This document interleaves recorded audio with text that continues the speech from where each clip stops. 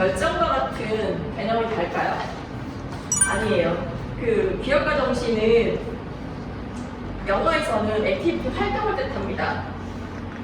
그 기업가 정신에서 강조하는 사항이 주인의식이나 뭐 도전, 열정도 있지만 실질적으로는 사업은 구체화된 어떤 활동이 있어야 되잖아요. 그렇기 때문에 비즈니스 모델에 대한 이해, 혁신 활동 방법론, 아이디어 창출 이 모든 것들이 사내 기업가 정신으로 이제 표현이 되어야 합니다. 그렇기 때문에 뭐 단순히 그냥 내가 이 회사의 주인의식을 가지고 열심히 도전하고 열정만 있다고 해서 그거를 기업가 정신을 볼 수는 없어요. 그러면 기업가 정신은 직원들한테 무조건적인 어떤 희생을 강요하는 것 아닙니까? 라고 이제 물을 수 있는데요. 그건 아니고요. 이렇게 어떤 혁신 활동을 지속하는 직원들한테는 조직 기여도가 높다고 보고 연봉도 많이 주고 그 다음에 이제 개인의 삶의 질이 향상됐다는 연구 자료가 굉장히 많이 있습니다. 요즘 젊은이들이 가장 선호하는 대표적인 기업 구글 같은 경우에도 업무 향상도 높지만 그 조직 안에서 일하는 거 보면 굉장히 자율성이 있잖아요. 뭐 정해진 틀에 박혀 사는 게 아니기 때문에 그래서 요즘의 기업의 어떤 분위기는 뭐 단순히 독점이 아니라 어떤 창의적인 활동을 권하고 그 창의적 활동을 속에서 좋은 성과 창출을 이룰 수 있는 어떤 그런 환경을 많이 조성하고 있습니다. 실제 우리나라 기업들도 어떤 구글의 그런 조직 문화를 많이 받아와서 창의적인 활동을 독려하는 그 수평 문화도 지금 많이 보급이 되어 있는 상황입니다. 그 다음에 이제 마지막으로 그러면 일부 사내 기업가 정신이 뛰어난 조직원 때문에 조직 전체에 대한 위계질서가 파괴되는 것 아닙니까? 라고 이제 궁금하실 수 있는데요. 그건 아니고요. 기업가 정신 개념 자체가 어차피 사회 정치가를 같이 의미하고 있습니다. 아무리 이제 열정과 도전 정신 그리고 뭐 혁신 활동이 뛰어난 조직원이라고 하더라도 일은 혼자 할 수 없잖아요. 조직 내에서 이제 조화롭게 풀어내지 못하는 조직원에게는 기업가 정신이 무작정 높다고 평가하지는 않습니다. 훌륭한 사내 기업가 정신을 보유하려면 조직 내에서 현명하게 조직 구성원들과 협업해서 풀어갈 수 있는 역량도 갖고 있어야 한다고 평가하고 있습니다. 지금 이제 기존에 과거의 기업가 정신의 사례를 보기 위해서 현대랑 삼성의 이제 사례를 봤는데요. 지금 이제 저희가 시장에서 볼 때는 거기는 너무 큰 대기업이고 우리랑은 상관도 없는 거고 남의 일같이 느껴질 수 있고 또 그때 당시 현대나 삼성이 일했을 때 어떤 시대적인 상황이나 배경이 지금과 너무 다르기 때문에 아마 공감을 못 하실 수도 있을 것 같아요. 그래서 지금은 이제 저희 가깝게 국내에서 스타트업, 요즘 이제 2000년대 스타트업을 시작한 그 대표적인 이제 CEO들의 사례를 좀 보여드릴까 합니다. 이분 같은 경우는 원래는 치과 의사였어요. 서울대를 나와서 치과 의사를 하다가 본인이 이제 창업을 한 케이스입니다. 잘 아실 텐데 다들 토스 아시죠? 네. 토스의 이승건 대표가 치과의사 어떤 안정적인 자리를 포기하고 불확실성의 모험으로 가득 찬 이 사업의 세계로 뛰어든 대표적인 스타트업 기업입니다. 서비스를 더 운영하는 게 어려울 것 같다라는 취지의 얘기를 전달받고 출시하기까지 1년 넘게 걸렸거든요. 그 1년의 기간 동안 얼마나 구성원들이 힘 빠지고 지쳤겠어요. 이거 정말 되는 거냐? 우리 이거 진짜 바보짓 하는 거 아니냐? 결국에는 잘 안 되지 않겠냐? 이런 생각을 할 법도 한데 아무도 그런 생각 하지 않았어요. 왜 그랬냐면 이거는 우리 사회에 필요한 일이야. 우리가 안 하더라도 누군가는 해야 돼. 그러니까 우리가 하자. 우리가 제일 먼저 왔으니까. 또 우리가 지나간 자리에 우리의 선언의지가 다 남을 수 있도록 하자. 저희는 좀 그런 생각들을 가지고 모든 것들을 임했던 것 같아요. 안녕하세요. 저는 토스 서비스팀을 이끌고 있는 이승건입니다.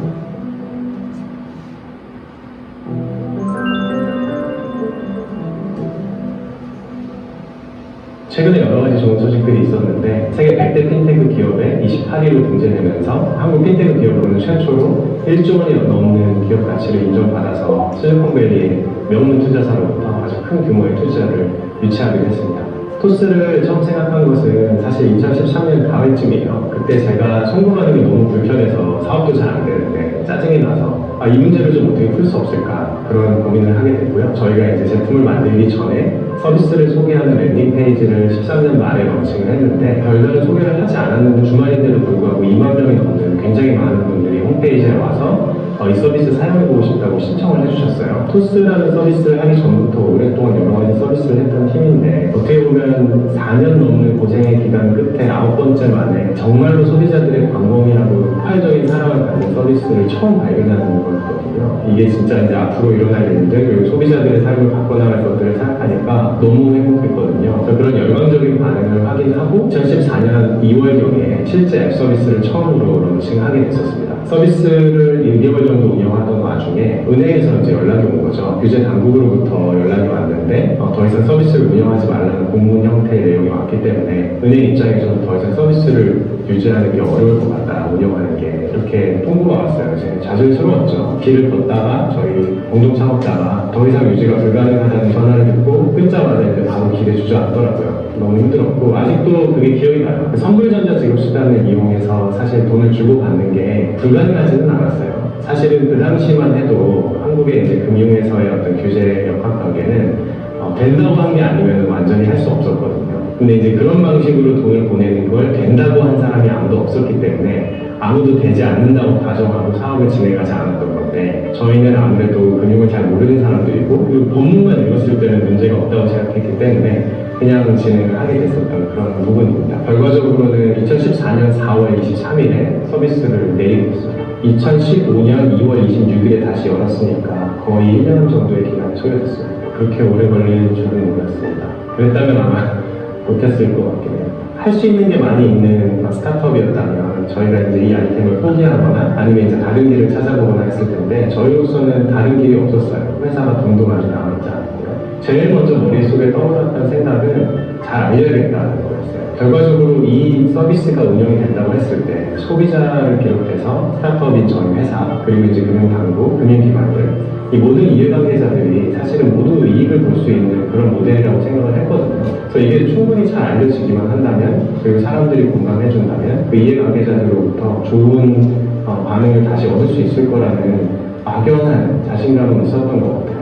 그 과정에서 사실 중요하게 생각한 것은 어떤 규제 당국이나 특정 주체를 비판하거나 비난하지 않으려고 굉장히 노력을 했던 것 같아요. 규제가 원래 달성하려고 했던 취지가 있는데 그 취지와는 다르게 새로운 산업을 막는 모순점도 생기고 있고 그러면 규제의 본래의 취지도 달성하면서 규제 완화를 통해서 그 모순점도 해결해서 산업도 육성할 수 있는 방법들이 충분히 있다는 것을 설명드리는 되게 노력했던 것 같아요. 정말 기회 닿는 대로 열심히 했던 것 같습니다. 그런 노력들이 결국 이어져서 금융당국에서도 이거를 개선해야 된다는 데 공감을 하시게 되셨어요. 감사하게도 이제 핀테크 활성화를 위한 규제 개선에 대한 장관 보고 회의가 청와대에서도 연임이 됐었고요. 사실 그 당시 저희가 운이 굉장히 좋았던 게 전 세계적으로 핀테크라고 하는 산업이 새롭게 발흥하고 있었고 그 자리에서 저희 토스의 사례를 비롯한 핀테크가 왜 중요하고 얼마나 더 커질 수 있는 산업인지를 충분히 설명드리고 공감드릴 수 있는 자리가 되면서 여러 가지 분위기도 무르익고 사회적인 공감대도 형성됐다고 생각한 시점에 정부 당국에 질의를 넣었습니다. 저희가 이런 종류의 서비스를 이렇게 하려고 하는데 이게 법적으로 괜찮을지 궁금하다. 그런 인권 해석을 넣었고 거기에 대해서 긍정적인 답변을 받았고요. 그 인권 해석을 기반으로 서비스를 다시 런칭할 수 있는 규제 환경이 만들어지게 된 거죠. 저희 토스 문제는 다 해결이 된 후에 이게 결국에는 저희 토스만의 문제가 아니라 수많은 핀테크 기업들이 같이 겪고 있는 문제라는 걸 그때 발견을 했어요. 그래서 토스가 잘 되자보다도 금융산업 전체를 혁신하자라는 게 더 중요한 비전이기 때문에 회사의 매출이나 이익과는 상관없더라도 산업 전체가 성장할 수 있도록 하는 일을 하는 게 되게 중요했고요. 그래서 이제 비슷한 문제의식을 가지고 있는 초기 기업들이 모여서 핀테크 산업 형태를 발족해야겠다는 판단을 하고 그래서 앞으로 등장할 수많은 기업들이 이렇게 많은 개별 기업 간의 노력을 통해서 규제 문제를 해결하는 게 아니라 미디어에서부터 규제 당국 그리고 이제 기관들을 상대하는 일까지 조금 더 조직화된 방식으로 더 많은 기업들이 1년씩이나 걸리지 않고 더 빠르게 문제를 해결할 수 있도록 해야 산업이 발전하겠다는 생각하에 형태도 만들게 됐었습니다. 실제로 그 핀테크 분야에서의 변화는 그동안 저희 한국의 전자금융의 변화 속도와 비교를 해본다면 정말 매년 굉장히 빠른 속도의 변화들이 일어나고 있는 건 사실인데 아직도 글로벌 스탠다드 수준과 비교했을 때는 좀 많이 못 미치는 상태라고 볼 수 있어요. 사업자들 그리고 저희 토스 입장에서도 많이 아쉬운 게 있는 게 사실인데 아무래도 사업이 확장하면서 마주하는 이슈들은 점점 더 커지고 더 많은 종류의 규제들과 맞닿게 되는 것 같아요. 기존의 금융거래들은 대부분 이제 오프라인에서 많이 됐던 것들인데 이게 이제 온라인에서 될 수 있도록 만드는 게 저희 회사의 가장 중요한 아젠다 중에 하나거든요. 예를 들면 대한민국 사람이면 누구나 대출 하나씩은 가지고 있잖아요. 전세든 신용대출이든. 근데 내가 어디서 제일 싼 대출 금리를 받을 수 있는지 아무도 몰라요. 어느 은행에 어느 지점에서 가장 싸게 해줄 수 있는 조건을 제시할 수 있는지 아무도 모릅니다. 더 중요한 거는 그것들을 비교해서 볼 수 있는 것들도 존재하지 않아요. 되게 이상하지 않아요? 한국인들 누구나 대출에 되게 민감하고 어떻게 하면 더 낮은 금리의 대출을 받을까 고민하는데 결국 가는 곳은 회사나 집 근처에 그냥 주거래 은행의 지점이란 말이죠. 근데 이게 이제 이렇게 된 이유가 일사전석주의라고 하는 좀 민감한 법에 걸려있기 때문에 여러 가지 대출 상품을 비교해서 보여주고 파는 게 사실 불가능합니다. 실제로 이 규제는 어떤 거냐면 대출을 중개하는 회사가 단 하나의 금융기관의 대출만 중개해야 된다는 법입니다. 그 대출을 중개하는 회사가 여러 금융기관의 여러 대출 상품을 중개할 수 없도록 하는 법인데 그 규제 자체가 가지고 있는 취지는 좋아요. 과거에 분명한 문제가 있어서 도입한 법이에요. 예전에 대출을 중개하는 거는 모든 금융기관의 다양한 대출을 중개할 수가 있었는데 그렇게 하다 보니까 중개업자분들이 소비자에게 가장 저렴한 대출을 파는 게 아니라 본인이 가장 수수료를 많이 버는 대출을 팔았던 거죠. 그래서 소비자들의 신용도가 문제가 생기거나 더 비싼 대출을 자꾸 권유받게 됐던 거예요. 그게 일으키는 사회적 문제를 해결하기 위해서 이제 한 중개업체는 단 하나의 금융기관의 대출 상품만 팔아라 라는 식의 이제 규제 체계가 형성이 된 건데 사실 그 취지는 굉장히 좋고 여전히 유지돼야 되는 법인 것은 맞는데 이제 이게 온라인과 모바일의 시대가 되면서 상황이 굉장히 많이 바뀌었거든요. 사람들은 자기한테 가장 저렴한 대출 금리를 비교하기를 원하고 가장 싸게 대출할 수 있는 곳을 찾아가서 하고 싶은데 이 법이 원래의 취지와는 다르게 그런 부분을 제약하고 있는 거죠. 아주 간단한 해결책은 온라인이나 모바일에서 판매하는 대출에 대해서는 일사전속에 대해서 예외 조항을 두면 될 것 같아요. 상품을 모두 다 늘어놓고 그것들을 비교해서 보여주는 이런 목적을 가지고 있는 사업에 대해서는 일사전속을 예외 조항으로 한다. 이렇게만 하면 규제의 본래적 취지를 달성하면서도 이 문제를 해결할 수 있을 것 같거든요. 항상 규제 문제를 어떻게 해결해야 될까를 생각을 할 때 저희는 저희가 원하는 대로 무조건 해달라고 하기보다는 그 규제가 생긴 이유가 있고 그 규제를 해결해 주기 어려운 금융당국의 이유도 있거든요. 그 이유는 보통 근데 맞는 이유들이기 때문에 그 이유를 해치지 않으면서 달성할 수 있는 방법을 달성하려고 하는 좋은 취지로 분리해서 생각하는 노력들을 하게 되는 것 같아요. 결론적으로 규제 완화는 이해관계자 모두가 혜택을 본다는 생각 속에서만 가능하다고 생각을 하고요. 어떤 이해관계자의 이익을 침해하거나 빼앗는 형태의 그런 규제 변화들은 이루어지기 어렵거나 이루어진다고 하더라도 장기적으로 지속된다고 보기도 어려울 것 같아요. 새로운 금융 서비스를 최초로 런칭하는 사례가 정말 많다 보니까 새로 런칭하는 서비스마다 한 번도 한국에서 논의된 적 없던 규제 문제들을 새롭게 발견하고 논의하고 규제 방향과 이 서비스가 잘 되기 위해서 필요한 규제 변화의 모습들을 처음 설계하고 디자인하는 경우가 아주 많습니다.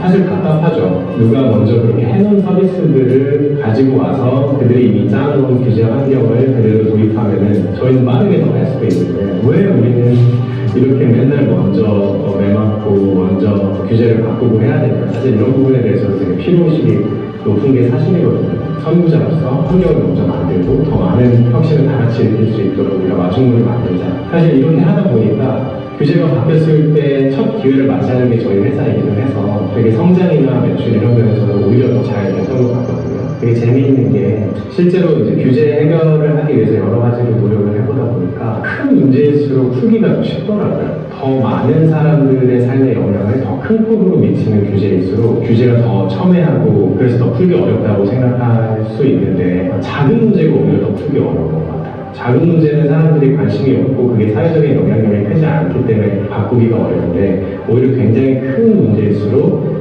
공감대를 얻기가 쉽기 때문에 결국에는 그 규제 풀기도 더 수월해지는 것 같아요. 저는 팀원들은 사실은 항상 그렇게 생각을 해요. 된다 안 된다는 생각하지 않고 실제 소비자들이 더 큰 편익을 보기 위해서 규제, 사업 환경, 회사 구조, 사업의 구조까지 어떻게 바뀌어야 되는지를 창의적으로 생각해서 또 파괴적인 혁신성을 1년을 생각하자. 저희는 그 처음에 사업을 런칭하지 못했던 1년이 어떤 로스라고 생각하지 않아요. 그 기간 동안 저희가 배우고 학습했던 그런 생각들이 회사에 굉장히 중요한 정신의 모태가 되고요.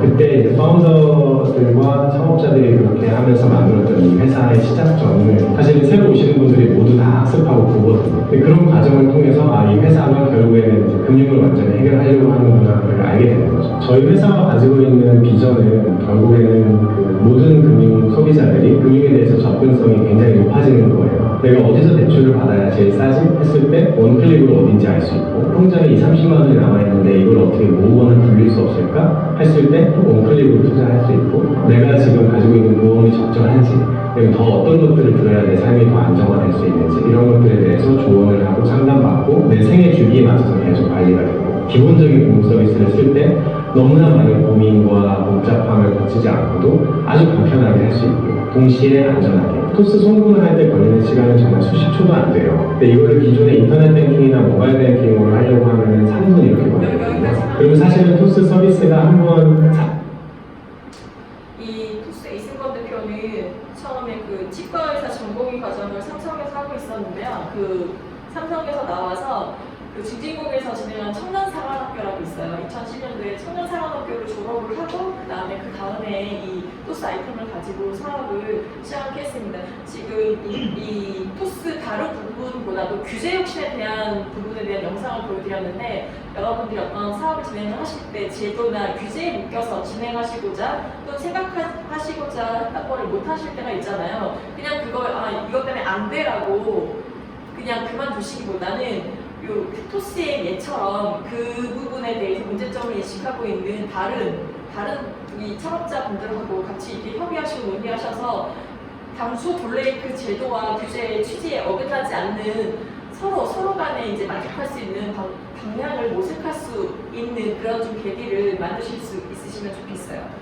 박용주 대표 같은 경우에는 3대째 이제 어묵 사업을 하셨던 분인데요. 여기는 그냥 40%의 할인을 할 테니까 40매일에 걸어나면 우리의 경쟁력을 얘기하기 너무 힘들더라고요. 그게 말이 남지 않은 생각도 안 했습니다. 3대째 65년 동안 어묵 사업을 이어나가고 있는 삼진영 대표 박용준입니다. 추천 신고된 자료가 이제 2011년도에 제가 봤을 때 25억 정도 수준의 주였는데 저희 작년 기준 960억을 달성했거든요. 한 20배 가까운 저희가 성장을 이뤄냈고 직원도 사무 직원 한 명이 저희 총 직원이 한 35명밖에 되지 않았었는데 지금은 저희가 정직원만 해도 한 550명 가까이 되거든요. 질적으로, 양적으로 좀 많은 성장을 하게 된 것 같습니다. 근대 이후에 비난민들이 몰려오면서 그때 당시에 부산에서 많이 나는 게 생선이었습니다. 저렴한 단백질 공급원을 제공하기 위해서 저희 할아버지께서 이 사업을 시작하셨고요. 점점 이제 상업화가 되면서 저희 아버지 때 이르러서는 자동화 기계 설비도 들어오고 하면서 상업화가 되기 시작했습니다. 저희가 그렇게 큰 규모의 사업은 아니었지만 매출액이 한 20억 정도 되는 그 정도 규모의 회사 사세를 계속 유지해 오셨거든요. 어릴 때부터 좀 유복하게 자라왔던 것 같거든요. 발표를 뭐 많이 한다거나 리더십 규모식을 한다든가 그런 성격은 아니었었고요. 군대를 갔다 오고 나서 더 이상 평범하게 있지만 이거 한번 도전을 해보자 해서 부모님한테 좀 말씀드려서 미국에 갔었고요. 미국에서 살아남으려고 나름 이제 알아보다 보니까 회계사 이런 쪽은 아무래도 아시아권 사람들이 많이 차지하고 있고 좀 많이 클라져있지 않습니까? 회계사로서의 커리어 패스를 잘 가고 있었던 것 같습니다. 그러다가 이제 어르신이 아프셨습니다. 혁신증이 있으셨고 심장이 안 좋으셨는데 그런 일이 있을 때 저희 회사는 사실은 대비가 안 돼 있거든요. 또 어머니 혼자서 감당하기에는 회사가 좀 부족하다고 생각되고 그래서 또 회사가 어렵다라는 얘기를 듣고 잠깐 한국에 들어왔었는데 와보니까 상황이 사실 그렇게 좋지는 않더라고요. 큰 투자가 들어가 있고 또 회사는 이렇게 막 활성화돼서 돌아가지 않고 다른 어묵 공장들은 점점 성장하고 있고 또 우리는 그냥 그대로 쭉 이어오니까 거기 계신 직원분들이나 부모님도 도태되고 있지 않나라는 생각을 가졌던 것 같아요. 미국에 돌아가서 신경이 너무 쓰이더라고요. 잠깐 한두 달 들어갔는데 일을 좀 하고 있었는데 그런 생각이 들더라고요. 여기에 일을 하는 곳에서 제가 없어진다 하더라도 크게 영향이 있지만 거기에는 제가 할 수 있는 일이 많고 저를 필요로 하는 사람들이 많기 때문에 저를 필요로 하는 사람들이 있는 곳으로 가야 되지 않겠냐. 실제로 제가 돌아오고 나서 한 6개월 정도는 현장에서 일밖에 안 했었습니다. 제가 포장하고 어묵에 나르고 삽질하고 이런 것밖에 안 하고 있으니까 그때 다들 무슨 얘기를 했냐면 아니 잃어버리시 게시등이 아니라 나가서 영업이라도 하시고 그러고 아침에 생산을 해서 오전 11시에 마치는 정도로 거의 공장 가동률이 잘 안 오르셨습니다. 일단 공장이 돌아가게끔 해야지 뭔가 수익이라도 나겠구나 해서 어묵 샘플들을 들고 이제 영업을 다니기 시작했거든요. 가서 우리가 뭐가 좋습니다. 또 우리가 뭐가 다르니까 써주십시오 하고 우리의 경쟁력을 얘기하기 너무 힘들더라고요. 그들이 쓰고 있는 어묵도 충분히 오래되고 경쟁력이 있고 가격 경쟁밖에 될 수 없었죠. 그렇게 해서 그나마 몇 군데 영업을 뚫고 부산에 내려오면 한 일주일만 지나면 다시 물건이 다 끊겨버립니다. 기존에 있는 업체도 절박한 나머지 가격을 더 떨어뜨리거든요. 결국 가격 싸움밖에 안 되는 겁니다. 아 이렇게는 안 되겠구나라는 생각이 들더라고요. 지금 돌이켜보면 그때 어묵 시장이 정말 레드오션 시장이었습니다. 반찬용, 이제 꼬치용 이런 어묵 시장밖에 없었고 마트는 마트 나름대로 대기업들 위주로 이렇게 들어가 있고 재력이 있는 큰 기업들만 들어갈 수 있는 데가 유통이었고 그러면 저희가 할 수 있는 건 재래시장밖에 없었는데 재래시장 나름대로 수없이 많은 어묵 업체들이 경쟁을 하고 있더라고요. 야 이거 정말 다 만나는구나. 제가 이렇게 많은 걸 포기하고 한국에 들어와서 하는데 이런 레드오션 시장을 계속 해야 될까라는 생각은 그때 진짜 고민 많이 하고 많이 힘들었었거든요. 빚은 빚대로 많고 그때 무슨 생각을 하게 됐냐면 저는 앞으로 3, 40년 사업을 더 해야 되기 때문에 아예 이 시장의 체제 예상을 해야겠구나라는 마음을 조금씩 먹기 시작했고 그렇게 마음을 먹고 제가 가장 먼저 본 게 커피 시장, 파리바게뜨, 살빈 분명히 이 시장들도 제가 알기로는 처음에 작았을 건데 어떻게 이렇게 성장했을까 이렇게 대중적으로 메인스트림으로 퍼져갈 수 있었을까 우리도 저렇게 할 수 없을까라는 거를 이제 우리 기준에서 보기 시작했거든요. 제일 처음에 저희가 도전한 게 온라인이었고 국내에 보니까 티몬, 쿠팡, 그룹폰 이렇게 다 있더라고요. 메일이 다 보냈습니다. 발렌타인데이 왔었는데 초콜릿 어묵이라고 해서 초콜릿을 녹여가지고 어묵 묻혀가지고 사진을 찍고 이런 걸로 한번 티몬에 팔고 싶습니다 보냈는데 답변이 안 오더라고요. 유일하게 영업대가 이제 그룹폰이었고 단순하게 상품을 파는 게 아니라 저희는 장기적으로 보고 온라인 시장에서 기반을 마련하고 싶습니다 해서 얼마든 희생을 하든 좋으니까 회원권을 판매하고 싶습니다라고 찾아왔었고 그런 사례가 없어서 좀 곤란해하시더라고요. 근데 그때 당시에는 소셜 커머스 업체들이 되게 경쟁이 심했었습니다. 유명한 브랜드들을 런칭하기 위해서 재료 수수료로 이렇게 땡겨오기도 하고 오히려 역수수료로 돈을 주면서 땡겨오기도 했었거든요. 40%의 할인을 할 테니까 메일에 걸어달라. 그게 마진이 남지 않은 생각도 안 했습니다. 그래서 만원짜리 잠진어묵 쿠폰을 6,000원에 저희가 판매를 했었고요. 만원짜리 회원권을 사면은 6,000원 사서 가입을 하면은 그 안에서 이제 만원치를 살 수 있는 거거든요. 일주일 만에 2억치를 받았습니다. 회사가 난리 났죠. 막 정신없이 그때부터 매일매일 이제 택배나 이런 걸 사가지고 보내고 이제 온라인이 조금씩 자리를 잡아가기 시작하고 오프라인이랑 같이 해야지 시너지가 날 것 같다라는 생각에 그때 당시에는 진짜 시장에서 가장 어묵이 많이 팔렸거든요. 시장에 매장을 내기 시작했고요. 진주 중앙시장, 포항 죽도시장, 서울 경동시장, 부산의 부전시장 이렇게 매장을 냈었고 돈을 많이 날려먹었습니다. 시장의 성향을 잘 저희가 안 읽고 그냥 거기서 팔면은 잘 팔리겠구나라는 아니란 생각만 가지고 시작을 했었거든요. 온라인으로 벌었던 돈을 다 썼던 것 같아요. 시장은 대부분 식자재로 이렇게 많이 나가는데 직접적으로 이렇게 그 어묵을 소비자들한테 파는 거는 뜰랭이 장사를 하거든요. 저희는 어떻게 하냐면 온라인에서 파는 소포장들을 이쁘게 해서 조금 비싸더라도 이렇게 팔면 사람들이 좋아하지 않을까 했는데 시장은 그런 게 아니더라고요. 시장은 B2B 그 장사하는 사람들이 더 많이 사가지 비싼 거 필요 없다 반찬용인데 싸게 사는 이런 거밖에 안 나오고 그 시장에 안 맞았던 거죠. 저희가 그때에 실패하고 또 안 했으면 지금 어묵 베이커리 같은 게 안 나왔을 건데 거기서 또 실패하지 않고 우리가 뭐가 부족했구나라는 그때 열심히 깨달았거든요. 소비자들을 전혀 이해를 못하고 저희가 온라인에서 성공했기 때문에 저희 식으로만 생각해서 이쁘게만 만들면 되구나라는 아니라는 생각을 했고 소비자들이 뭘 필요한지에 대해서 진짜 깊게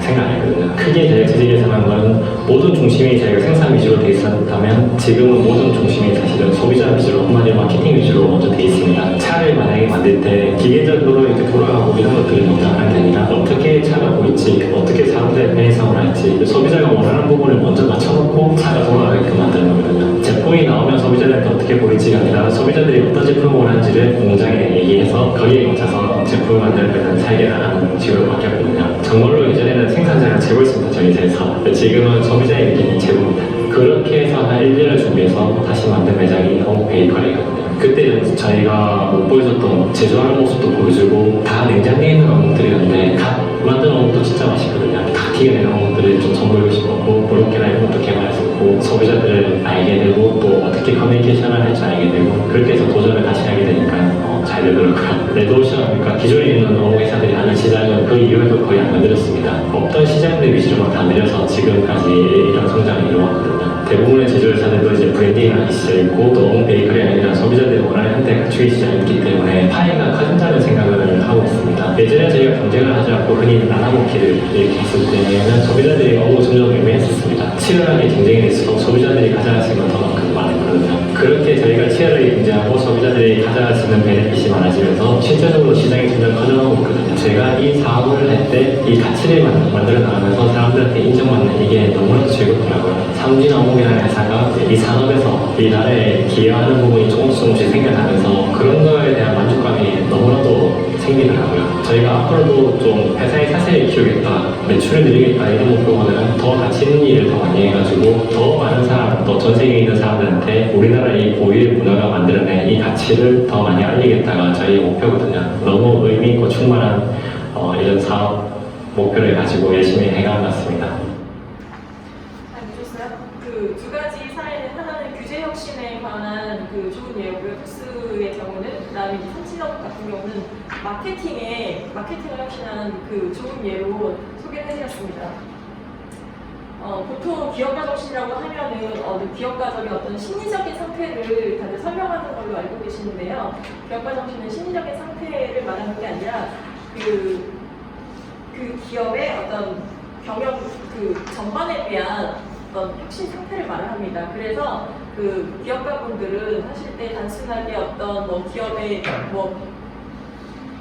운영하는 어떤 철학만을 고민을 하시는 게 아니라 기업 요인, 그다음에 기회적 어떤 사회적 가치, 그다음에 기업의 어떤 경영 철학 모두를 포함한 부분을 다 경영 이념으로 가지고 계셔야 할 것 같습니다. 짧은 시간에 굉장히 지금 어수선한 상황으로 강의가 진행이 됐는데요.